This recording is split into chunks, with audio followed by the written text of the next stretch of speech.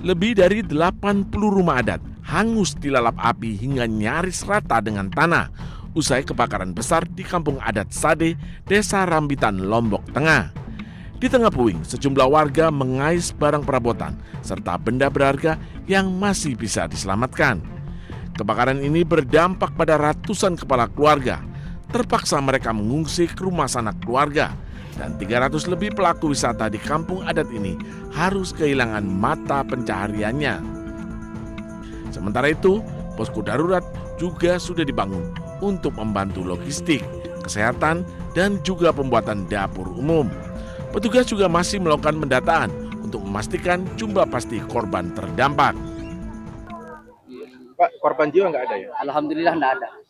Berarti ini semua yang ratusan rumah di sini hangus semua? Hangus semua. Nggak ada yang tersisa. Termasuk barang-barang? Barang-barang nggak ada yang tersisa. Kain-kainnya juga? Kain-kain itu habis semua. Ya. Nggak ada yang terselamatkan? Nggak ada. Jumlah rumah di sini berapa? 150 kan. Berapa kakaknya? 700 orang. 700 orang. Kebakaran besar melanda Desa Adat Sade, Lombok Tengah Sabtu malam lalu. Menurut warga, api pertama kali terlihat dari tengah-tengah permukiman, lalu dengan cepat merambat ke rumah lainnya. Sementara penyebab kebakaran masih belum dipastikan, namun diduga karena ada arus pendek listrik. Dari Lombok Tengah, Nusa Tenggara Barat, Emma Widiawati, iNews melaporkan.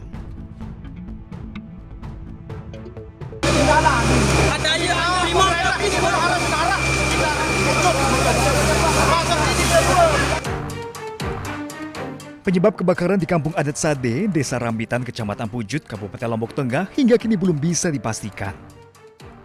Aparat kepolisian telah lakukan olah TKP di salah satu rumah yang diduga menjadi titik api muncul. Namun polisi masih belum memastikan penyebab kebakaran dan masih menunggu hasil dari identifikasi. Hari ini langsung kita melaksanakan olah TKP, yaitu dari Polda gabung sama Polresta. Lagi sedang dilaksanakan tadi di atas. Akan kita polisikan di atas. Sudah ada hasil gitu? Untuk sementara belum ada. Kita menunggu. Dan juga kami juga minta permohonan bantuan dari lapor dari Bali. Nanti sudah kita minta ke Bali nanti untuk Untuk mempercepat hasil identifikasi, Polda NTB berkoordinasi dengan tim kepolisian dari Bali untuk memastikan penyebab pasti kebakaran terjadi di Dusun Sade ini. Dari Lombok Tengah, Emma Widiawati, iNews melaporkan.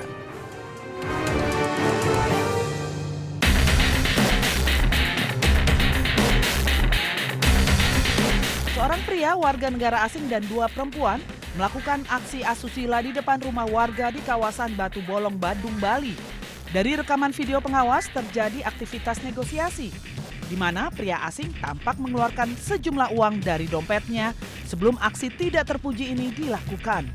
Video ini diviralkan oleh pemilik rumah karena geram atas aksi tersebut dan ingin memberikan efek jera kepada para pelaku. Dan kami sudah koordinasi juga dengan Kasarreskrim untuk membantu biar terungkap. Untuk Polbaket juga sudah kami laksanakan, semoga cepat terungkap. Kami juga sudah koordinasi dengan pihak imigrasi untuk mengenal pelaku termasuk juga alamat pelaku. Saat ini polisi tengah melakukan identifikasi guna mengungkap identitas terduga pelaku dan menentukan langkah hukum.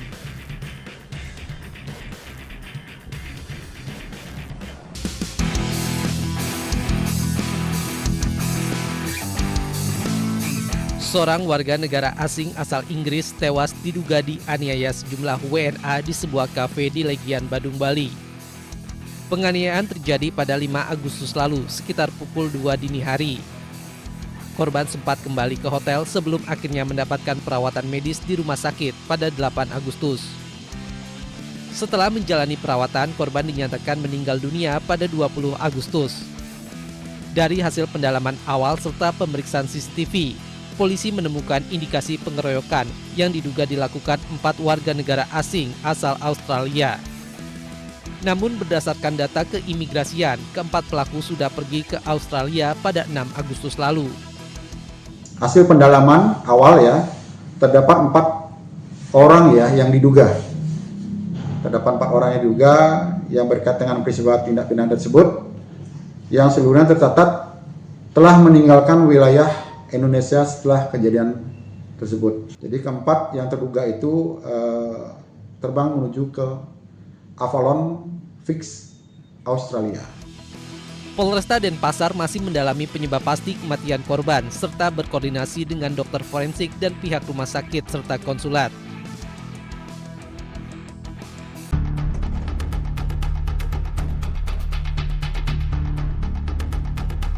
Serangan mematikan menghantam kamp pengungsi di Gaza Tengah. Serangan Israel ini menewaskan 1 orang dan melukai sejumlah warga Gaza. Tim pertahanan sipil berjuang memadamkan api di lokasi, sementara warga memeriksa puing-puing kamp pengungsi. Saksi mata Nasser Hasan mengklaim Israel menargetkan individu di dekat kamp pengungsi. الصبح تم استهداف أحد الأشخاص بجانب المخيم، كان عابر سبيل شمال والله ما نحن عارفين. بعد بساعة اجى أحد الأشخاص اتصلوا عليه قالوا له اخلوا كل المكان. قبل ساعة كما ترى وتشاهد تم قصف المكان المستهدف وتم تدمير المخيم بالكامل. هذا المخيم يعود لعائلة واحدة تقريبا حوالي 100 نفر وشيء، وهم كلهم متشتتين ومرميين في الشوارع. ولا حول ولا قوة إلا بالله. Serangan ini bukan pertama kalinya terjadi meski gencatan senjata telah tercapai. Namun Israel masih terus menyerang Gaza. Warga Gaza pun sudah terbiasa hadapi teror Israel. Bahkan mereka mengaku hatinya sudah mati. هنا في البراكس العشرين براكس حذروا المنطقة أول ضربة ضربوها صار في شهيد يعني طبعا بس عفناهم 100% وبعد هيك حذروا المكان وزي ما أنت شايف يعني حذروا المكان وطلعوا الناس عادي يعني عادي قلوبنا ماتت قلوبنا إحنا بالنسبة إحنا عايشين بلا إحساس وبلا روح يعني كل يوم بنواجه الأشياء هذه يعني وين ما كان حنواجه الأشياء هذه إحنا بالنسبة لنا خلصنا. Media Palestina melaporkan bahwa serangan Israel di Azawaida dan Kamp Nusairat di dekatnya menewaskan seorang anak dan melukai 7 lainnya.